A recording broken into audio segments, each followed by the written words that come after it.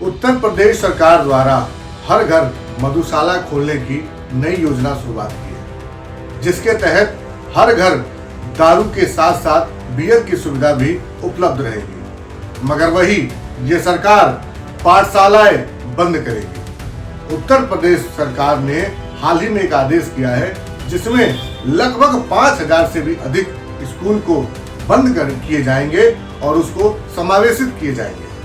नमस्कार, मैं नितेश चौरसिया आप सभी का अपने YouTube चैनल पर स्वागत करता हूं।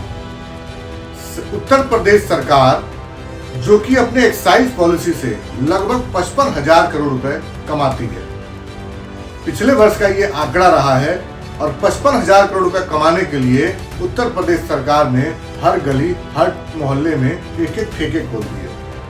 मगर याद रखिएगा दोस्त, ना स्कूल खोले ना अस्पताल खोले, हर गली हर मोहल्ले में उन्होंने दारू के ठेके खोले और नए और अत्याधुनिक तरीके के माध्यम से अब कंपोजिट स्कीम के माध्यम से आपको दारू और बियर दोनों एक ही दुकान पे उपलब्ध कराए जाएंगे। ये सरकार की दूरदृष्टि सोच है, क्योंकि उत्तर प्रदेश के युवा जब दारू पिएंगे और धर्म के नाम पे लड़ेंगे तो सरकार के कामों पे सवाल कौन करेगा। जब पूरी जवानी नशे में बर्बाद हो जाएगी तो वो खुद से लड़ेगी, न कि सरकार से।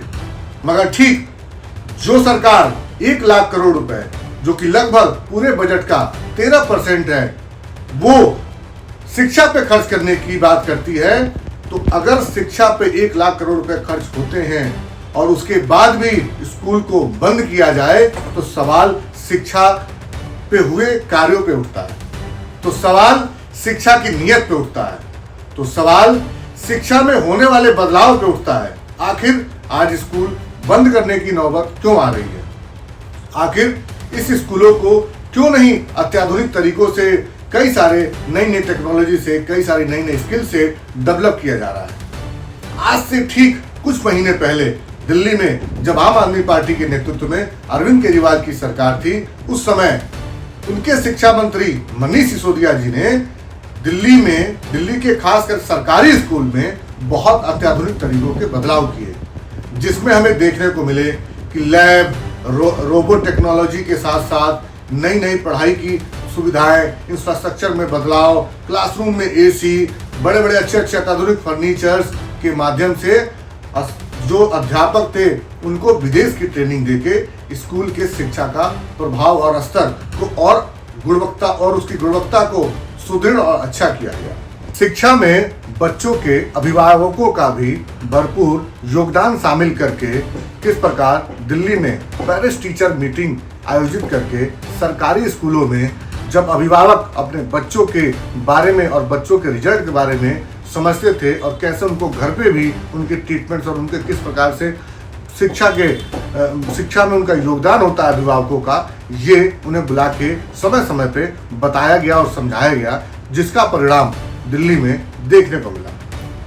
दिल्ली सरकार के शिक्षा के कार्य इतने प्रचलित हो गए थे कि अमेरिका की राष्ट्रपति की पत्नी भी दिल्ली का स्कूल देखने आई। ये समझने के लिए काफी है कि दिल्ली में किस प्रकार शिक्षा पे काम हुआ।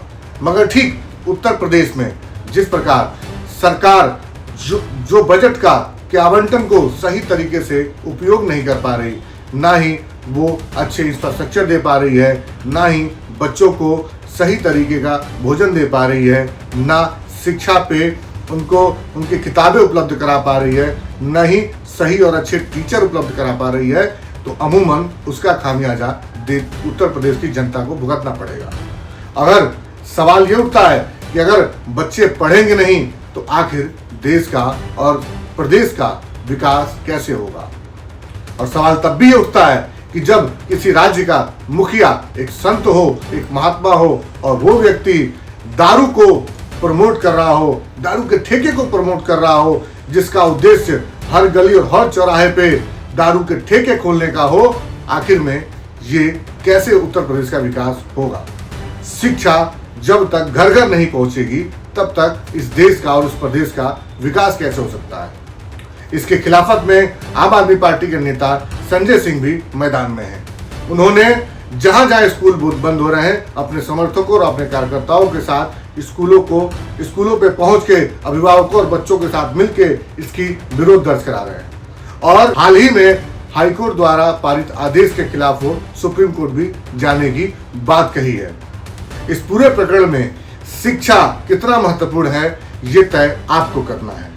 एक तरफ सरकार चाहती है कि आप उनके बनाए हुए अलग अलग स्कीम और दारू के ठेकों के माध्यम से अपना जीवन बर्बाद करें, और वहीं दूसरी तरफ शिक्षा के माध्यम से आप अपने उज्जवल भविष्य के लिए प्रेरित हो सकते हैं, जागरूक हो सकते हैं। फैसला आपका। धन्यवाद, नमस्कार।